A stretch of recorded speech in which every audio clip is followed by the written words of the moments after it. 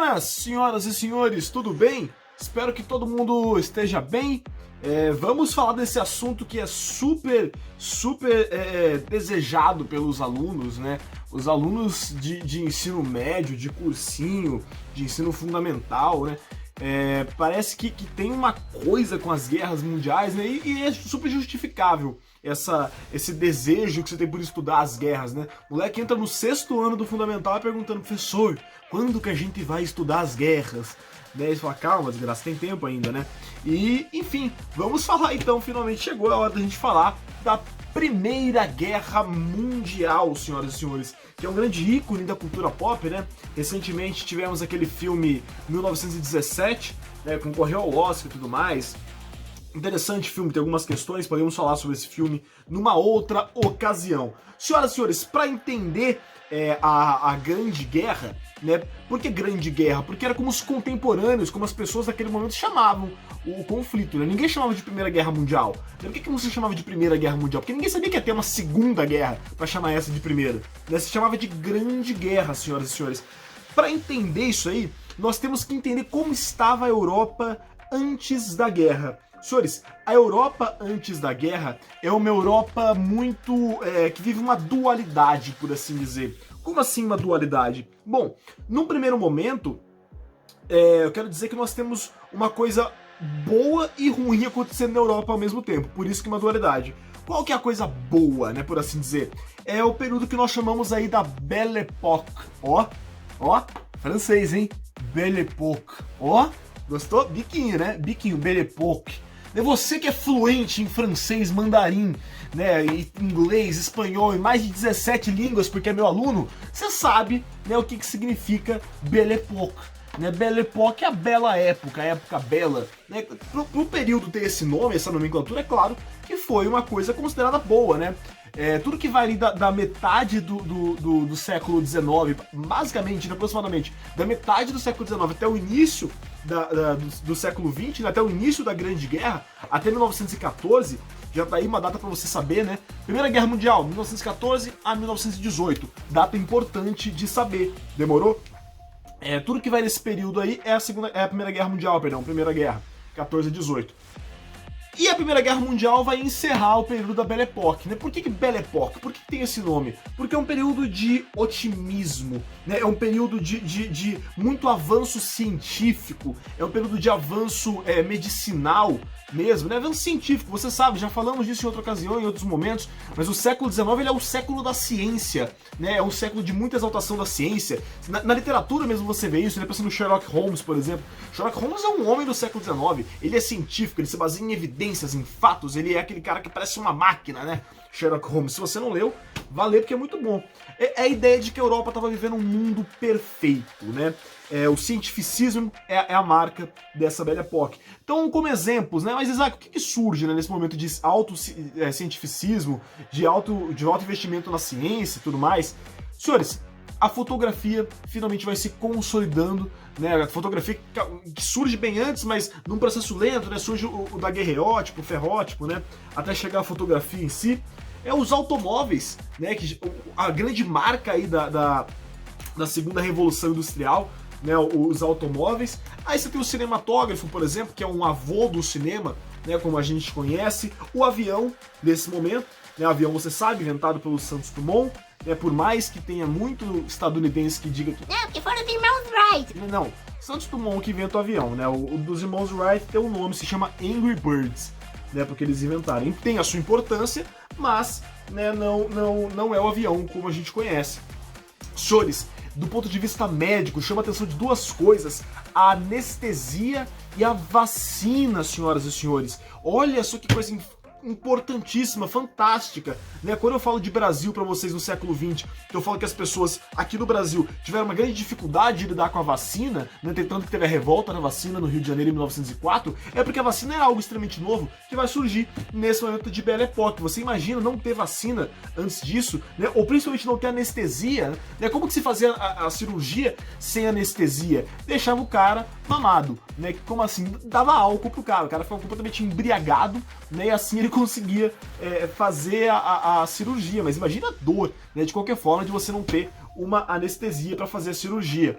E a Belle Époque, né, esse mundo aí de ciência e tudo mais, tem alguns marcos importantes, né? Se a gente pegar, você dê uma olhada no PDF que eu deixo pra você e que está aqui na descrição desse vídeo. Já aproveito e peço pra você curtir este vídeo, peço pra você seguir, se inscrever no canal Educalipse, tem muita aula legal de muitas matérias diferentes. E aqui na descrição do vídeo você encontra os PDFs que eu disponibilizo para vocês acompanharem as minhas aulas. Você vai ver que tem uma linha do tempo ali que eu coloco para você tudo que vai de 1861 até 1906, né? Desde a bicicleta em 61 do século XIX, metrô em 1863, fonógrafo, automóvel, cinema, né? E o avião, finalmente, em 1903, os irmãos Wright, em 1906, dos Santos Dumont. É um momento de várias reformas urbanas, né? As cidades se reinventando. Chama atenção para a reforma de Paris, do Barão de Haussmann, que vai inspirar no Rio de Janeiro, por exemplo, a reforma de Pereira Passos, né? A tal da reforma do Bota Abaixo, que a gente vai falar, que a gente vai ver em outra ocasião, na verdade.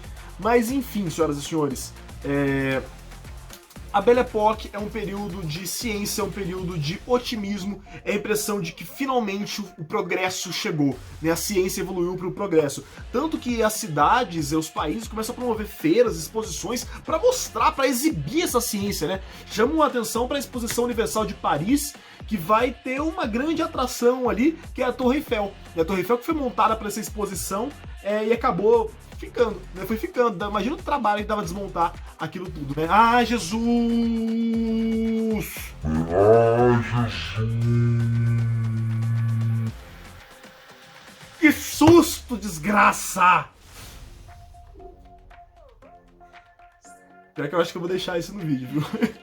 Nossa, desculpa o susto, né? A namorada entrou aqui do nada na hora que eu tava gravando o vídeo. Mas como eu ia dizendo pra vocês, né, a Torre Eiffel, que foi montada para a Exposição Universal de Paris, ela simplesmente fica. Ela fica lá. Eu falei, imagina o trabalho que dá desmontar esse trem. Ela foi montada para a exposição, a exposição acabou, aquele trem foi ficando, né? E aí, vamos desmontar? Não, vamos marcar de desmontar, né?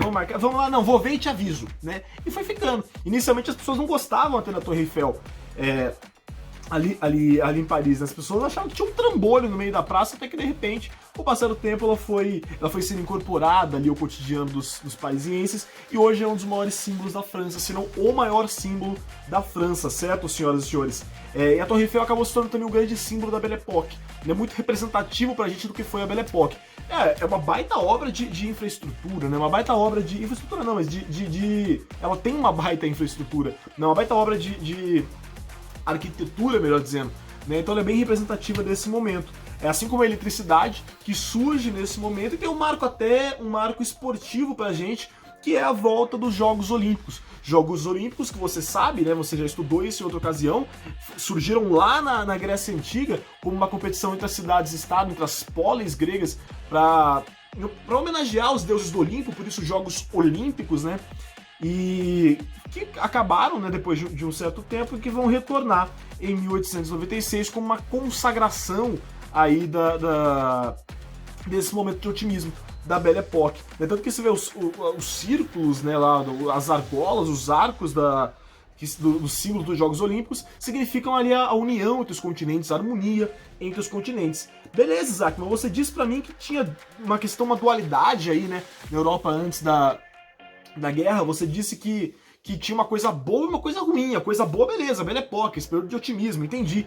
Mas e a coisa ruim?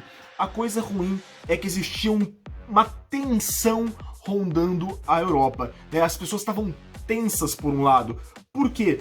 Porque várias coisinhas estavam acontecendo. A Europa estava um barril de pólvora naquele momento. Ok, a alegria, mas a ciência tem dois lados, né? A ciência tem seu lado bom, tem o seu progresso aí de medicina, o progresso da arquitetura, da eletricidade, da hora. Só que por outro lado você também produz armas, né? E por outro lado os países estão se desentendendo. Então você tinha ali, por exemplo, uma Inglaterra super aqui de olho aberto para cima da Alemanha, porque a Alemanha foi um país recém-fundado aí no século XIX, é um país super jovem. A Alemanha já era a maior produtora de aço da Europa, superando inclusive a Inglaterra, que é a mãe da Revolução Industrial, né? Então já tinha ali um desentendimentozinho ali, um olhar meio torto da Inglaterra para cima da Alemanha.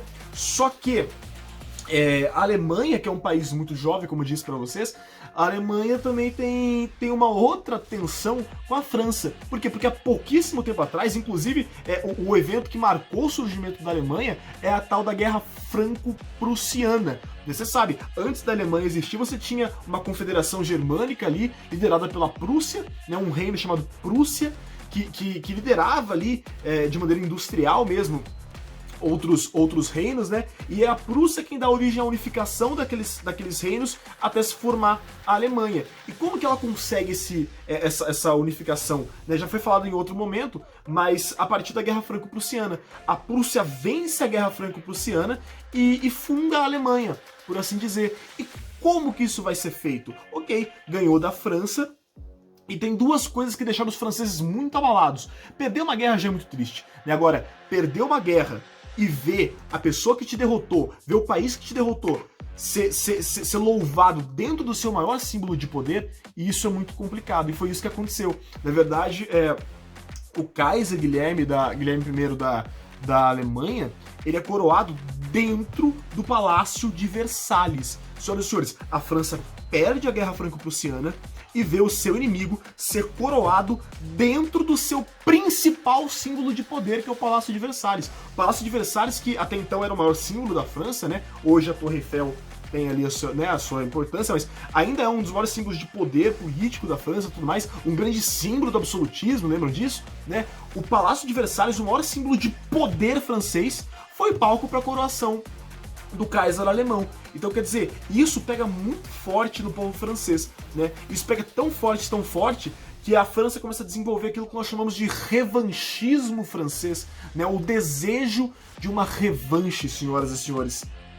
Enfim, sem contar que nessa Guerra Franco-Prussiana, a Alemanha recém-formada anexa um território super rico em matéria-prima que pertencia à França, que é a tal da Alsácia-Lorena, a região da Alsácia-Lorena, super rica em minério de ferro, manganês, e que pertencia à França, foi anexada na Guerra Franco-Prussiana pela Alemanha. Então, quer dizer, tem uma tensão entre a Alemanha e a França, né? A França tá querendo se vingar, tá querendo revanche para cima da Alemanha. Esse é um ponto.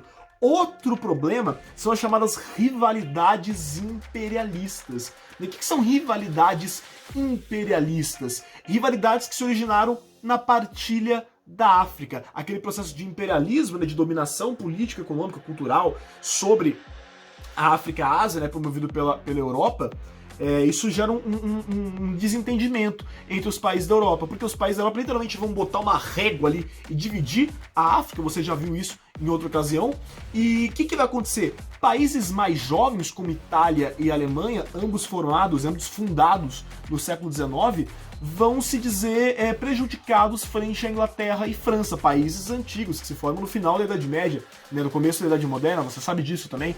Então, quer dizer, Inglaterra e França começam a ficar meio rivais de Alemanha e Itália. A Alemanha e Itália se sentiram prejudicados com a partilha da África e se sentem e sentem que há uma rivalidade, há um desequilíbrio de forças aí. E, poxa, pensa comigo aqui, né? A Alemanha já nasceu industrializada, a Itália já nasce querendo competir com esses caras. E esses caras, eu digo esses países, né? A Inglaterra e a França estão tentando afastar cada vez mais e manter o seu poderio frente a esses dois países. Também chama atenção para as questões étnicas, né? Várias etnias ali dentro da Europa que estão entrando em guerra, ou pelo menos tentando entrar em guerra, porque você tem dois grandes impérios no século XIX, no final do século XIX, na Europa, o Império Austro-Húngaro e o Império Turco-Otomano. E esses dois impérios começam a se fragmentar aos poucos. Por quê? Porque eles são impérios, como o nome já diz, que agregam várias etnias, né? E essas várias etnias estão querendo independência, estão querendo se tornar territórios independentes. E muitas vezes vão conseguindo isso, né? Chama a atenção do Império Turco-Otomano, por exemplo, que foi se fragmentando com o tempo, né? O Império Turco-Otomano. E agora vai chamar a atenção de uma coisa importante, né? Que vai começar em 1915, dentro do Império Turco-Otomano, que é o genocídio dos armênios. Armênios, uma etnia que vivia dentro do Império Turco-Otomano.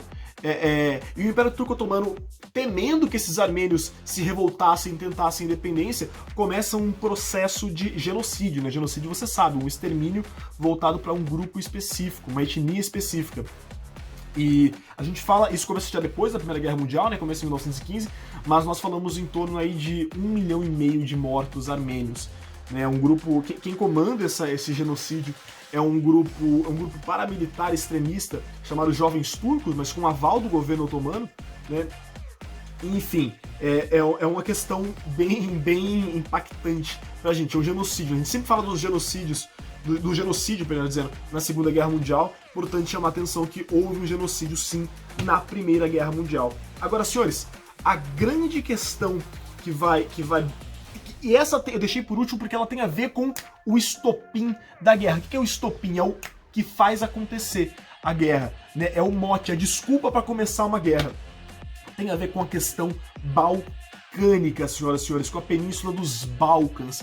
Por quê? Como eu disse, era uma região muito conflituosa, muitas etnias tentando se emancipar dentro daqueles dois impérios, austro-húngaro e turco-otomano, e você tem a Rússia que fica ali do lado, né? A Rússia com interesse em dominar algumas áreas ali, né? A Rússia tem interesse, por exemplo, nos mares Egeu e Negro, a Rússia tem interesse no Estreito de Dardanelos, a Rússia tem interesse em diminuir o poder do Império Turco-Otomano, então a Rússia está de olho também naquela área, a Rússia está querendo dominar aquela área. O que acontece? A Rússia tem uma aliada ali dentro da região balcânica, que é a Sérvia, senhoras e senhores. A Sérvia E a Rússia tem um projeto de unir todos os povos eslavos, eslavo é uma etnia, né? Unir todos os povos eslavos no seu território. A Rússia se diz mãe dos eslavos, e a Rússia diz, olha, eu quero que todos os eslavos venham pro meu território. Agora, isso quer dizer que todo mundo vem pro território dela, ou que ela vai conquistar territórios e englobar esses eslavos? Certamente o expansionismo, né? Você tem ali um expansionismo russo travestido de pan-eslavismo. Pan-eslavismo porque é pan porque essa ideia é de agregar, né? Então assim, você tem um projeto de expansão da Rússia disfarçado de pan-eslavismo. E a Rússia tem uma grande aliada que é a Sérvia, como eu disse. A Sérvia então vai adotar esse discurso pan-eslavo, né, da Rússia, e vai querer conquistar outras regiões. Se não conquistar, pelo menos botar sua influência, né, dominar ideologicamente aquelas regiões. Só que, ok, a Sérvia, que é um braço da Rússia ali nos Balcãs, tá tentando agregar ali eslavos, né, daquele projeto que até foi chamado de Grande Sérvia, de expandir a Sérvia, um projeto expansionista sérvio, sob a tutela da Rússia, evidentemente. Só que o Império Austro-Húngaro não está disposto a deixar isso acontecer, não. O Império Austro-Húngaro, que está sofrendo ali para manter a integridade do seu território, está querendo dominar o máximo de terras possível, né? E vai começar o quê? Vai começar um atrito ali entre a Sérvia e o Império Austro-Húngaro, senhoras e senhores. E agora é importante que você entenda uma coisa. Nós temos um embate, um choque, então, entre o expansionismo austríaco batendo de frente com o expansionismo sérvio, que tem a tutela da Rússia, né? O expansionismo russo, no fim das contas, né? É um interesse russo por trás. Dê uma olhada, chama atenção no PDF que eu deixei para vocês, no mapa da região dos Balcãs do século XIX ao XXI.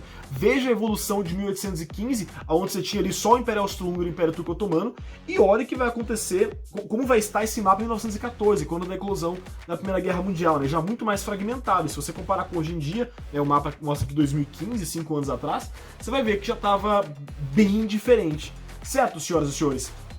Pois bem, qual que é o problema?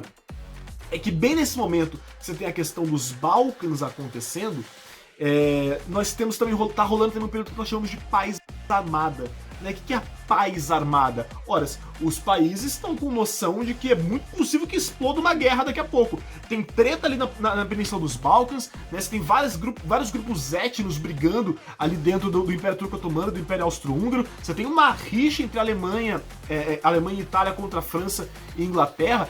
França e Alemanha estão se estranhando desde o fim da Guerra Franco-Prussiana. Então, quer dizer, há um investimento muito forte dos países em indústria bélica. Então tá caminhando o progresso da Belle Époque, mas também tá caminhando o quê? Um nacionalismo extremo. Afinal de contas, eu, França, senti o meu nacionalismo atacado quando eu vi o Kaiser Guilherme I ser coroado dentro do meu Palácio de Versalhes. né? Eu, Inglaterra, tô me sentindo abalado no meu nacionalismo porque a Alemanha tá produzindo mais aço do que eu, por exemplo. E eu, Alemanha, e eu, Itália, tô me sentindo abalado enquanto nação por ver a França e a Inglaterra dominarem territórios na África. Então, quer dizer, é um período de intenso nacionalismo e de muito investimento em arma pesada, né? Em indústria bélica, porque afinal de contas é muito possível que estoure uma guerra. Por isso que esse período é chamado de paz armada, senhoras e senhores. E nesse momento, duas alianças se formam, a chamada Tríplice Aliança, formada por Alemanha, Itália e Império Austro-Húngaro, e a chamada Tríplice Entente, formada por Inglaterra, França e Império Russo. Ou Rússia, simplesmente. Pode chamar de Rússia, não tem problema. Então vamos lá, de novo. Tríplice Aliança, Alemanha, Itália e Império Austro-Húngaro. Tríplice Entente, Inglaterra, França e Império Russo, senhoras e senhores. De boinha, tranquilidade, esse é o período da paz armada, período de formação de alianças militares, investimento em indústria bélica. Por que paz armada? Porque tem paz, não tem guerra ainda rolando. Só que os países já estão se armando, né? Armada, não é amada, né? Armada. Certo, senhoras e senhores? No próximo vídeo eu falo pra vocês como que vai explodir, como vai começar essa grande guerra. Certo? Beijo no coração de todos e tchau!